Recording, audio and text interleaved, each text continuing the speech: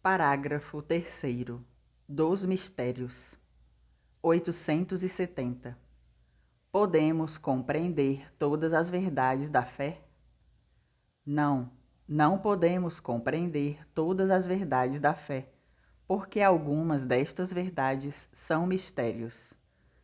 871. Que são os mistérios? Os mistérios são verdades superiores à razão, as quais devemos crer, ainda que não as possamos compreender. 872. Por que devemos crer os mistérios? Devemos crer os mistérios porque os revelou Deus, que, sendo verdade e bondade infinitas, não pode enganar-se, nem enganar-nos. 873. Os mistérios são contrários à razão? Os mistérios são superiores, mas não contrários à razão, e de fato até a própria razão nos persuade a admiti-los. 874. Por que os mistérios não podem ser contrários à razão? Os mistérios não podem ser contrários à razão, porque é o mesmo Deus quem nos deu a luz da razão e quem revelou os mistérios, e ele não pode contradizer-se a si mesmo. Parágrafo 4º. Da Sagrada Escritura. 875. Onde estão contidas as verdades que Deus revelou? As verdades que Deus revelou estão contidas na Sagrada Escritura e na tradição. 876. Que é a Sagrada Escritura? A Sagrada Escritura é a coleção dos livros escritos pelos profetas e pelos hagiógrafos, pelos apóstolos e pelos evangelistas, por inspiração do Espírito Santo e recebidas pela Igreja como inspirados. 877. Em quantas partes se divide a Sagrada Escritura? A Sagrada Escritura se divide em duas partes, Antigo e Novo Testamento. 878. Que contém o Antigo Testamento? O Antigo Testamento contém os livros inspirados escritos antes da vinda de Jesus Cristo. 879. Que contém o Novo Testamento? O Novo Testamento contém os livros inspirados escritos depois da vinda de Jesus Cristo. 880. Comumente, por qual nome é chamada a Sagrada Escritura? Comumente, a Sagrada Escritura é chamada pelo nome de Bíblia Sagrada. 881. Que significa a palavra Bíblia? A palavra Bíblia significa coleção dos livros santos, o livro por excelência, o livro dos livros, o livro inspirado por Deus. 882. Por que a Sagrada Escritura é chamada o livro por excelência? A Sagrada Escritura é chamada o livro por excelência, em razão da excelência da matéria de que trata e do autor que a inspirou. 883. Não pode haver erro na Sagrada Escritura? Na Sagrada Escritura não pode haver erro algum, porque, sendo toda inspirada, o autor de todas as suas partes é o próprio Deus. Isto não significa que em cópias e traduções da mesma possa ter ocorrido algum engano, ou dos copistas ou dos tradutores.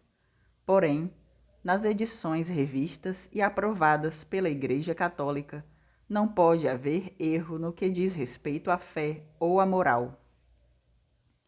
884. A leitura da Bíblia é necessária para todos os cristãos? A leitura da Bíblia não é necessária a todos os cristãos, sendo como são ensinados pela Igreja. No entanto, é muito útil e recomendada a todos. 885. Pode-se ler qualquer tradução em língua vulgar da Bíblia? Podem ler-se as traduções em língua vulgar da Bíblia, desde que sejam reconhecidas como fiéis pela Igreja Católica e venham acompanhadas de explicações ou notas aprovadas pela mesma Igreja.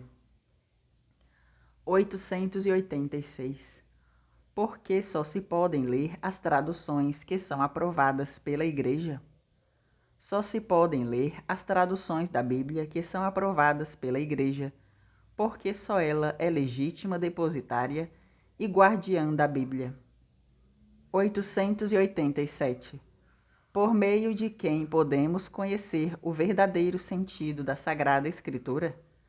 O verdadeiro sentido da Sagrada Escritura podemos conhecer somente através da Igreja, porque só a Igreja não pode errar ao interpretá-lo. 888. O que um cristão deve fazer se lhe fosse oferecida a Bíblia de um protestante ou por algum emissário dos protestantes? Um cristão a quem fosse oferecida a Bíblia por um protestante ou por algum emissário dos protestantes deveria rejeitá-la com horror, por ser proibida pela Igreja, e se a tivesse aceitado sem reparar, deveria logo lançá-la ao fogo ou entregá-la ao seu pároco. 889. Por que proíbe a Igreja as Bíblias protestantes?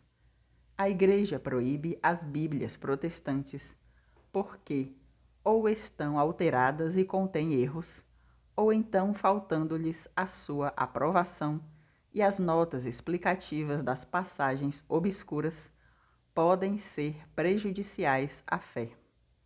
Por essa razão, a Igreja proíbe também as traduções da Sagrada Escritura já aprovadas por ela, mas reimpressas sem as explicações que a mesma Igreja aprovou. Parágrafo 5º. Da tradição. 890. Dizei-me, o que é a tradição? A tradição é a palavra de Deus não escrita, mas comunicada de viva voz por Jesus Cristo e pelos apóstolos, e que chegou inalterada, de século em século, por meio da Igreja até nós. 891. Onde estão contidos os ensinamentos da tradição? Os ensinamentos da tradição estão contidos, principalmente, nos decretos dos concílios, nos escritos dos santos padres, nos atos da Santa Sé, nas palavras e nos usos da Sagrada Liturgia.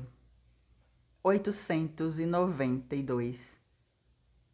Em que consideração se deve ter a tradição? A tradição deve ser tida na mesma consideração em que se tem a palavra de Deus contida na Sagrada Escritura. Parágrafo 6º. Da esperança. 893. Que é a esperança? A esperança é uma virtude sobrenatural infundida por Deus em nossa alma, pela qual desejamos e esperamos a vida eterna que Deus prometeu aos seus servos e aos auxílios necessários para alcançá-la. 894. Por que motivo devemos esperar de Deus o paraíso e os auxílios necessários para alcançá-lo?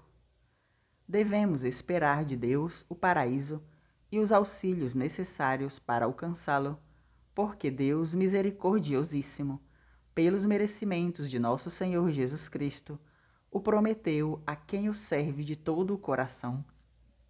E sendo fidelíssimo e onipotente, cumpre sempre a sua promessa.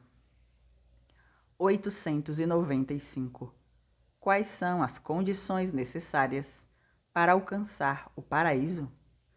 As condições necessárias para alcançar o paraíso são a graça de Deus, a prática das boas obras e a perseverança no seu santo amor até a morte. 896. Como se perde a esperança? Perde-se a esperança todas as vezes que se perde a fé. Perde-se também pelo pecado de desespero ou de presunção. 897. Como recuperamos a esperança? A esperança perdida é recuperada arrependendo-nos do pecado cometido e excitando-nos de novo a confiança na bondade divina.